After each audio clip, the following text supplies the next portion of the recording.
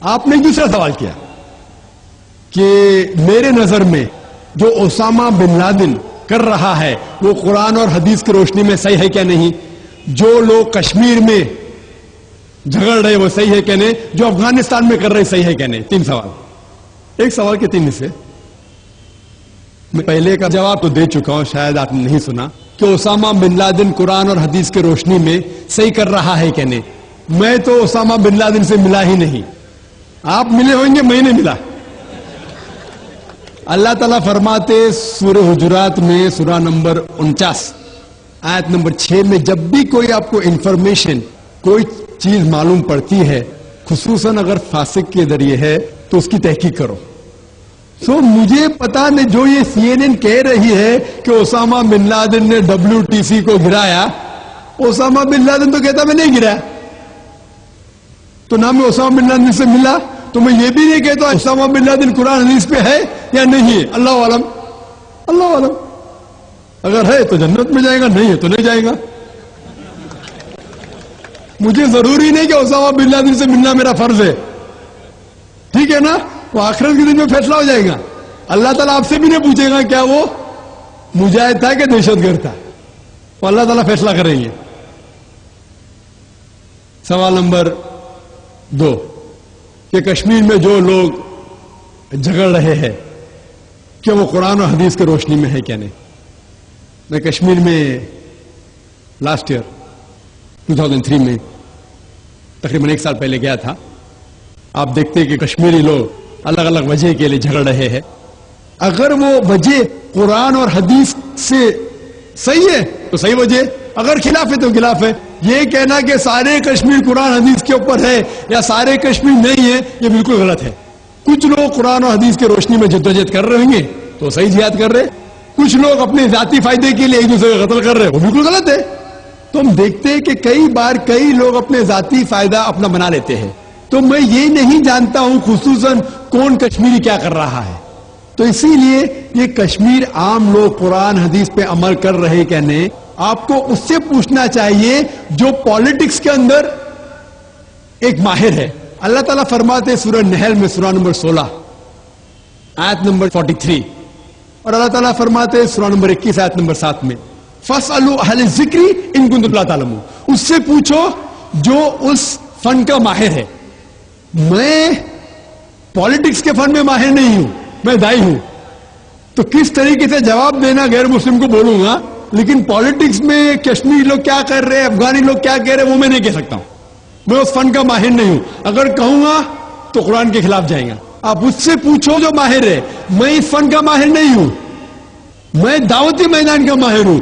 آپ بھگوت گیتا کے بارے میں پوچھئے، رامائن کے بارے میں پوچھئے، ہندوازم کے بارے میں پوچھئے، عیسائیت کے بارے میں پوچھئے. یہ افغانستان کے بارے میں یا کشمیر کے بارے میں میں اس فن کا ماہر نہیں ہوں. لیکن یہ جانتا ہوں میں کہ جہاں تک کہ افغانستان کا تعلق ہے، طالبان کا تعلق ہے، ہم دیکھتے ہیں CNN کے اندر کہ کئی بار BBC اور CNN میں دکھایا گیا کہ ایک طالبان ایک خاتون کو بے دردی سے مار رہا ہے. ارے طالبان خواتین کو مارتے ہیں ظالم لوگ. کیونکہ دائی ہونے کے حیثیت سے میں کئی ممالک کا دورہ کرتا ہوں. 2 سال پہلے میں ملیشیا میں گیا تھا. وہاں ایک شوہر اور بیوی سے ملاقات ہوئی جو ڈاکٹر تھے. بیوی گائنوکولوجسٹ تھی اور شوہر سرجن تھے. انہوں نے تقریباً 1 مہینہ افغانستان میں رہے اور انہوں نے کہا مجھ سے کہ یہ جو ٹی وی میں دکھا رہے تھے کہ طالبان لوگ خواتین کو مار رہے یہ بالکل غلط ہے. میں نے پوچھا آپ کو کیسا پتا غلط ہے؟ تو اس نے مجھ سے کہا، وہ میاں بیوی نے کہا کیونکہ طالبان کو جو پگڑی باندھتے ہیں ان کے باندھنے کا ایک خصوصی طریقہ ہے. مثال کے طور پہ جب ہم عربوں کو دیکھتے، ہمارے لیے جو عجم ہے ہمارے لیے سب عرب ایک جیسے پگڑی باندھتے، پھٹا باندھتے، اپنا غترہ باندھتے. لیکن وہ عرب ہی جانتا ہے کہ سعودی غترہ باندھنے کا طریقہ الگ ہے، وہ اماراتی UAE کا غترہ باندھنے کا طریقہ الگ ہے، وہ کویٹی کا غترہ باندھنے کا طریقہ الگ ہے. وہ پہچان سکتے. ہم نے اسی طریقے سے وہ طالبان کی پگڑی باندھنے کا طریقہ الگ ہے. وہ ڈاکٹر کہنے لگے مجھ سے کہ جس طریقے سے وہ BBC اور CNN میں دکھا رہے تھے طالبان خواتین کو مار رہے، وہ طالبان ہے ہی نہیں، وہ ایکٹر لوگ کو لے کے آئے تھے، لیکن بیوقوف تھے کہ ایکٹنگ میں برابر سے نہیں کیے، وہ کپڑے برابر نہیں تھے۔ میں نے تقریر سنی ایک رپورٹر جس کا نام ہے یوان ریڈلی۔ یوان ریڈلی ایک برٹش رپورٹر ہے۔ جب اٹیک ہوتا ہے امریکہ کا افغانستان پہ، بھائی صاحب کو دکھ ہو رہا تھا جب میں نے کہا کہ امریکہ ٹیررسٹ ہے، دکھ ہو رہا تھا ان کو۔ جارج بش اگر آپ کے رشتے دار تو معافی چاہتا ہوں میں۔ تو یوان ریڈلی جو تھی، یوان ریڈلی ایک رپورٹر ہے، برٹش رپورٹر، سفید ہے، وائٹ یوروپین، اس کو بھیجتے ہیں افغانستان میں تحقیق کرنے کے لیے طالبان کے بارے میں۔ وہ سارے تحقیق کرتی ہے اور پورے ٹائم وہ نقاب میں رہتی ہے، حجاب میں رہتی ہے۔ ایک بار کیمرہ گر جاتا ہے اور اس کا راز فاش ہو جاتا ہے، تو طالبان اسے پکڑتے ہیں، 6 دن تک اسے قید کرتے ہیں۔ اور جس طریقے سے طالبان نے اس کے ساتھ برتاؤ کیا، وہ اس لیکچر میں کہتی ہے کہ لوگ جب انہیں پکڑتے ہیں تو بولتے کون اس کے ساتھ ہے، تو آدمی کو لے کے آتے، پھر اس کو لے کے جاتے ہیں اور سب لوگ گھیر لیتے۔ تو وہ سوچتی ہے ابھی چند منٹوں میں یہ جاہل لوگ میرا قتل کر لیں گے، شاید ہو سکتا ہے کہ 10-15 طالبان میرا بلاತ್ಕಾರ کریں گے۔ اس کے ذہن میں یہ سب جا رہا ہے، سوچ رہے ہو سکتا ہے کہ مجھے جھاڑ پہ سے لٹکا دیں گے۔ وہ ایک دم ڈری ہوتی، 1 گھنٹے تک لوگ اسے گھیرتے لیکن کوئی بھی سامنے نہیں آتا۔ وہ سوچتے ابھی میری موت، ابھی میری موت۔ 1 گھنٹے بعد ایک افغان عورت آتی ہے اور اس کے جسم کی جانچ پڑتال کرتی ہے۔ پھر اسے پتا لگتا ہے ہاں یہ لوگ سمجھتے ہیں کہ میرے پاس ہتھیار ہے۔ وہ اتنا تیش میں آتی ہے، اگر لوگ میں سے پوچھنا چاہیے ہتھیار میں، بولتی نہیں ہے۔ 1 گھنٹہ تک کہ میں تڑپ تڑپ کے مر رہی ہوں کہ یہ آج مجھے ماریں گے، وہ تیش میں آ کے کیا کرتی ہے، اپنا اسکرٹ اٹھا لیتے، دیکھو میرے پاس ہتھیار نہیں ہے۔ جیسا اسکرٹ اٹھاتی ہے طالبان 180 ڈگری اس طرف دیکھتے اور بھاگ جاتے۔ تو وہ کہتی ہے اپنے تقریر میں طالبان کو مارنے کے لیے بم گرانے کی ضرورت نہیں۔ وہ کہتی ہے اگر عورتوں کے کپڑے چھوڑیں گے تو طالبان مر جائیں گے شرم کے مارے۔ اور وہ تقریر کرتی ہے کہ اس عزت سے میری حفاظت کی 6 دن تک کے وہ طالبان لوگ نے۔ اور جب اسے پوچھا جاتا ہے سوال جو آپ کے نشست میں، کیا آپ کو لگتا ہے کہ القاعدہ نے WTC کو گرایا، تو وہ یوان ریڈلی کہتی ہے میرے حساب سے القاعدہ موجود ہی نہیں ہے۔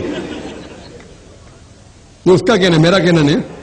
اور جب اسے آزاد کیا جاتا ہے 6 دن کے بعد، اور جب باقی رپورٹرز پوچھتے آپ کے ساتھ کیا سلوک کیے، تو انہوں نے کہا اتنا اچھا حسن سلوک کیے کہ رپورٹ کے اندر ہی نہیں آیا۔ اور اس نے صرف یہ وعدہ دی تھی کہ میں انگلینڈ جا کے واپس سے قرآن مجید کا ترجمہ پڑھوں گی۔ تو وہ جاتی ہے اور چند مہینے بعد قرآن کا ترجمہ پڑھتی ہے، اور اس کے بعد وہ اسلام قبول کرتی ہے۔ تو اس کے نظریے سے طالبان ایک دم معصوم ہیں، ان کے اوپر ظلم کیا گیا تھا۔ تو آپ مجھے پوچھیں گے بھائی طالبان کیا قرآن و حدیث کی روشنی میں صحیح ہے؟ تو اس کا نظریہ اگر لیں گے، جو غیر مسلم تھی یوان ریڈلی، ابھی ماشاءاللہ حجاب بھی کر رہی ہے، یورپین حجاب کر رہے ہیں ماشاءاللہ، تو اس کے نظریے سے بھائی طالبان اچھے لوگ ہیں۔ تو اسی لیے نظریہ بدلتے جاتا ہے۔ امریکہ کے حساب سے طالبان ظالم لوگ ہیں، تو میڈیا ایسی چیز ہے کہ کوئی بھی ہیرو کو زیرو بنا سکتی ہے۔ They can make day into night black into white, day into night black into white, hero کو زیرو بنا سکتی ہے، کوئی ولن کو بھی ہیرو بنا سکتی ہے۔ تو اسی لیے قرآن مجید میں اللہ تعالیٰ فرماتے کوئی بھی چیز آپ کے پاس آتی ہے اس کی تحقیق کرو تیسرے کو پہنچانے کے پہلے۔ تو اسی بنیاد پہ میں نے کہا تھا کیا نام ہے، اسامہ بن لادن کو جانتا ہوں نہ، یہاں کیا ہو رہا ہے پتہ نہیں مجھے، افغانستان بھی میں نہیں گیا ہوں، لیکن یہ رپورٹ کے ذریعے یہ پتہ لگتا ہے کہ یہ جو امریکہ کر رہی ہے اپنے میڈیا کے ذریعے یہ شیطانی حرکت جو غلط فہمی پھیلا رہی ہے اس کی سزا تو انشاءاللہ انہیں ملے گی. اسی لیے میرے نظریے سے جارج بش نمبر 1 ٹیررسٹ ہے. آپ کو دکھ ہوئے گا. جب میں لندن میں گیا تھا وہاں ایک تقریر کی اور میں جواب دیا تو ایک نوجوان اٹھ کے کہتا ہے کہ جارج بش کو ہم دعا کرتے ہیں کہ اللہ تعالیٰ اس کا قتل کرے. تو میں نے کہا میں تو یہ دعا نہیں کروں گا کیونکہ اللہ کے رسول نے جو دعا کی جو سب سے زیادہ دشمن اسلام کے خلاف جو تھے محمد صلی اللہ علیہ وسلم کے دور میں دونوں کا نام تھا عمر. تو اللہ کے رسول نے یہ دعا کی کہ کم از کم ایک عمر کو ہدایت دے. تو میں یہ دعا کرتا ہوں کہ کم از کم اللہ تعالیٰ جارج بش کو ہدایت دے.